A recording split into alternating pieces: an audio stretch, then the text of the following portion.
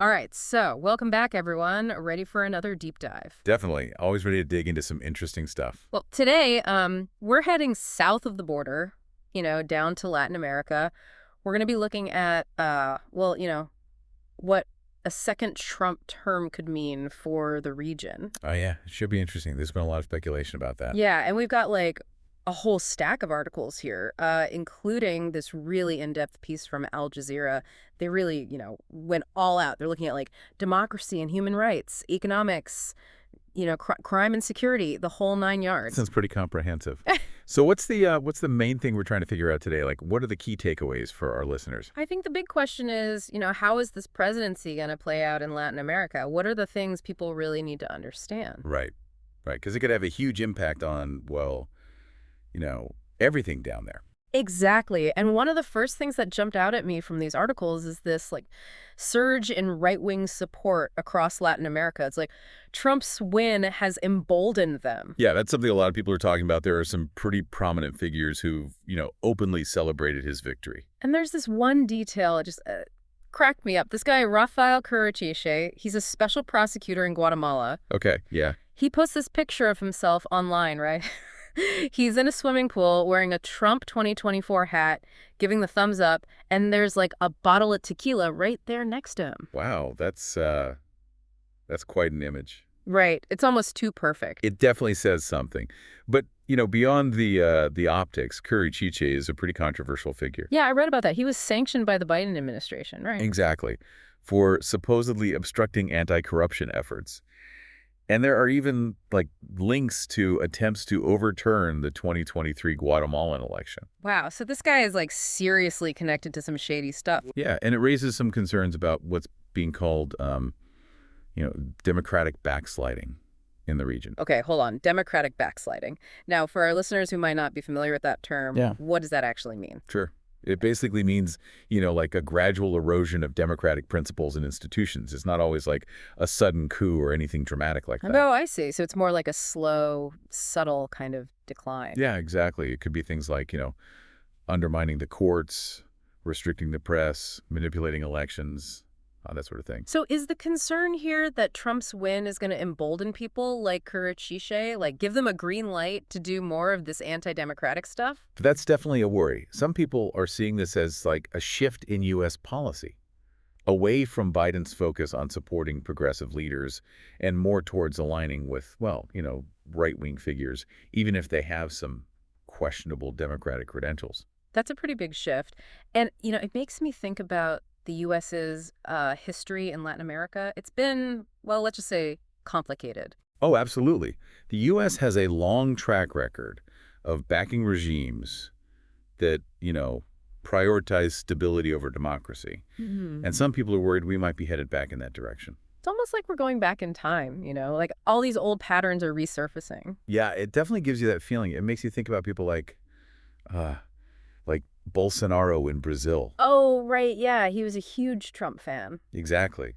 And what happens if, leaders like him feel emboldened by Trump's return?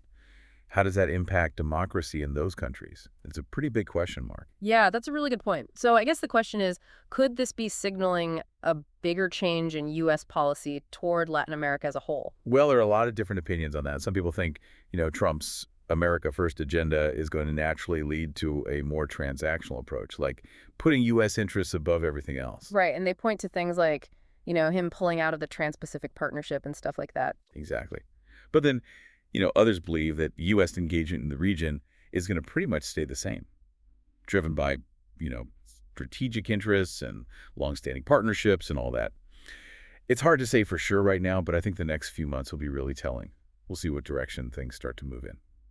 It's definitely a lot to keep an eye on. So we've got all this political stuff happening, but of course it's all tied to economics too, right? Oh, for sure. You can't separate the two. Yeah. And one of the big economic themes in these articles is, the potential impact of Trump's trade policies, especially his fondness for tariffs. Yeah, he loves those tariffs. But, for folks who might not be like economics experts, can you break down what a tariff actually is and why they can be so controversial? Sure, basically a tariff is just a tax on imported goods. Okay, so it makes those goods more expensive. Right. And that can disrupt trade, especially between countries that are, really closely tied together economically, like the U.S. and Yeah. Mexico. So it's not just some abstract economic thing, it has real world consequences for people. Absolutely. I mean, think about the Smoot-Hawley Tariff Act back in 1930. Many economists believe that actually made the Great Depression worse. Wow. So tariffs can have a ripple effect even on a global scale. Exactly. They're not something to be messed with lightly. Yeah. And there's talk that Trump might consider putting a 25% tariff on Mexican imports. 25%. Whoa, that's a lot. What would be the point of that? The article suggests he might use it as leverage to try to influence Mexico's policies on things like, migration and drug So trafficking. basically like a bargaining chip. Pretty much. But it's a pretty risky move. Mhm. I mean, 25% is a huge number. It would drive up prices on everything, avocados, auto parts, you name it. And Right. it could hurt businesses and lead to job losses on both sides of the border. Yeah, that doesn't sound good. It's not. And one of the articles quotes Juan Carlos Baker, the former Mexican vice minister for foreign trade. And he basically says that Trump sees tariffs as a weapon.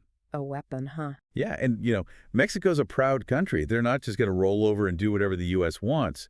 So there's a real possibility of a trade war, and that could have huge consequences for the whole region. It's amazing how, like, one economic policy can escalate into something so big. It really shows how interconnected everything is. You can't separate economics and politics. They always influence each other. Right. And speaking of interconnectedness, there's another big player in all of this that we haven't talked about yet, China.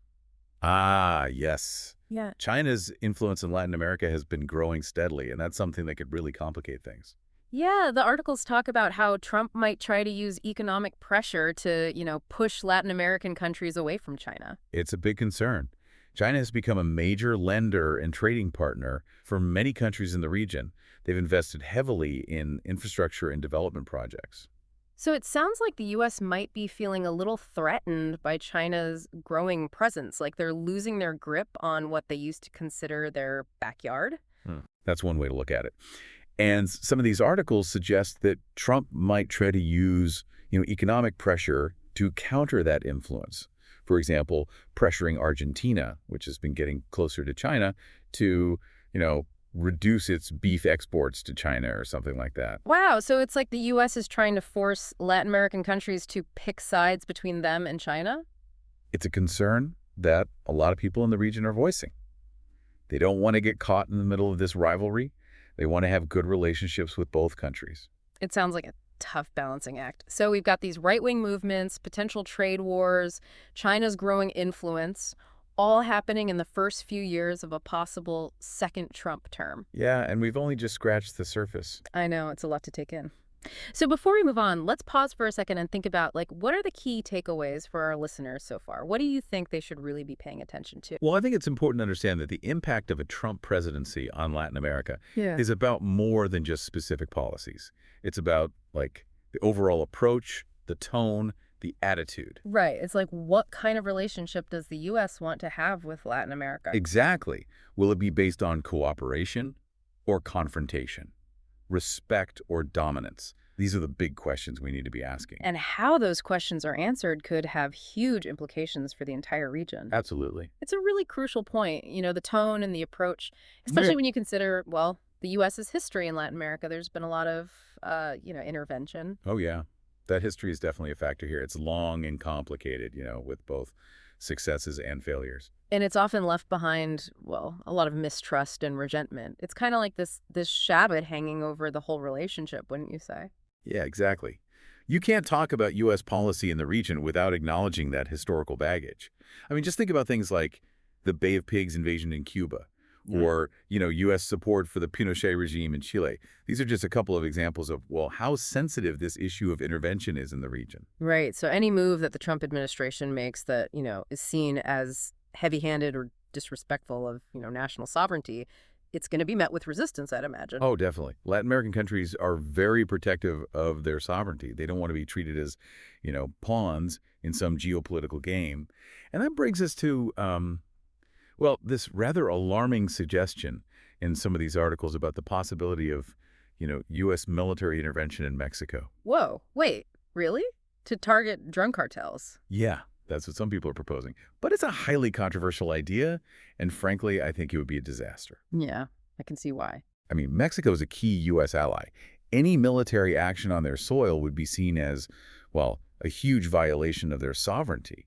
It could really damage the relationship, maybe even irreparably. It's interesting, though, because, well, the drug trade is a serious issue. It has devastating consequences for, both the U.S. and Mexico. Oh, absolutely. But I just don't think military intervention is the answer. It needs to be part of, like, a broader strategy, something Yeah. that addresses the root causes of the drug trade, poverty, inequality, corruption. And it has to involve close cooperation with the Mexican government. Right. Exactly. It can't be the U.S. just barging in and doing what they think is best.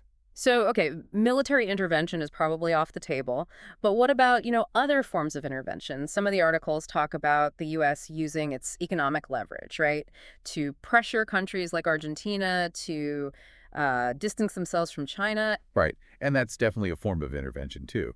Using economic pressure to, coerce countries into aligning with U.S. interests. It's what people call soft power. And it can be just as damaging as military intervention, really. It undermines national sovereignty and can have pretty devastating economic consequences. And then there's the whole issue of migration, right? Trump's been pretty clear about his stance on that. He wants to restrict immigration, strengthen border security. What kind of effect could that have on, people migrating to the U.S. from Latin America? It's a really important question. And unfortunately, it's likely that we'll see, harsher enforcement measures, more deportations, maybe even a reduction in aid to Central American countries. So potentially a lot of negative consequences for people who are, well, just trying to escape violence and poverty. Right. And it's important to remember that a lot of these issues are connected. Economic hardship often drives migration, which then leads to harsher border policies. It's this kind of vicious cycle that needs to be addressed more holistically. It's like this web, all these threads, trade, security, democracy, migration, they're all intertwined. That's a great way to put it. You can't really deal with one of these issues without considering all the others. So, given all these potential pitfalls, do you see any areas where, the U.S. and Latin America might actually find common ground under a Trump presidency? Well, actually, I do. I know it might sound surprising, but there are some potential areas for cooperation, even amidst all the challenges. Oh, okay, I'm listening. Well, one area that comes to mind is trade. Really? I thought Trump was like all about protectionism, America first and all that. Yeah, he definitely has those tendencies. But he's also shown a willingness to, make deals, Hmm. especially when it benefits the U.S. Okay, so you're thinking maybe some kind of like bilateral trade agreements with Latin American countries. Exactly. It's possible that, instead of these broad tariffs and trade wars, we might see a more targeted approach. Deals that could, potentially boost both economies. That would be a nice change of pace. So instead of like punishing entire countries with tariffs, it's more about finding win-win situations, right? Yeah, I think that's a possibility. Yeah. And keep in mind that a lot of Latin American countries are really looking to attract foreign investment and, expand their export markets. There's a lot of potential for growth there. So it's possible that U.S. interests and the goals of these Latin American countries could actually align in some cases. Definitely. And that could lead to, new trade partnerships and economic opportunities for both sides. Well, that's a bit more optimistic than I was expecting. What about beyond trade? Any other areas where, cooperation might be possible? Well, how about energy? The U.S. has, huge energy demands, Mm. and Latin America has, well, tons of resources, oil, gas, renewable energy. Right, but isn't there a potential clash there? I mean, Trump is a big supporter of fossil fuels, right? Uh, And a lot of Latin American countries are pushing for, cleaner energy. It's true. It could be a point of both cooperation and conflict. I mean, the U.S. needs energy, Hmm. but there's also this growing global push for sustainability. So it's about finding that balance, right? Uh, Meeting U.S. energy needs while also, supporting the development of sustainable solutions in Latin America. Exactly.